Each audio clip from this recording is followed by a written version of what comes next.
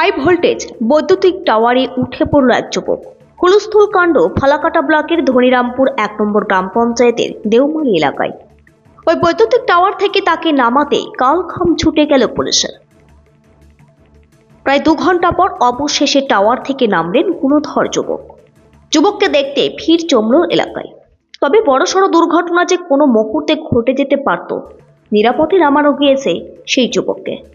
স্থানীয় সূত্রের খবর, বুধবার সকালে বিদ্যুতের টাওয়ারে হঠাৎ উঠে পড়ে বিপ্লব রায় নামের ওই যুবক। খবর জানাজানি হতেই এলাকা জুড়ে চাঞ্চল্য ছড়িয়ে পড়ে। যুবককে দেখে স্থানীয়রা নিচ থেকে অনুরোধ করতে থাকেন তাকে নেমে আসার জন্য, কিন্তু যুবক কোনো মতেই সেই টাওয়ার থেকে নেমে আসার কোনো চেষ্টাই করেননি। বাধ্য হয়ে জটেশ্বর পুলিশ ফাঁড়িতে খবর দেন এলাকার বাসিন্দারা। বেশ কিছুক্ষণের চেষ্টার পর অবশেষে ওই যুবক নিচে নেমে যান। স্বস্তি পায় এলাকাবাসীরাও।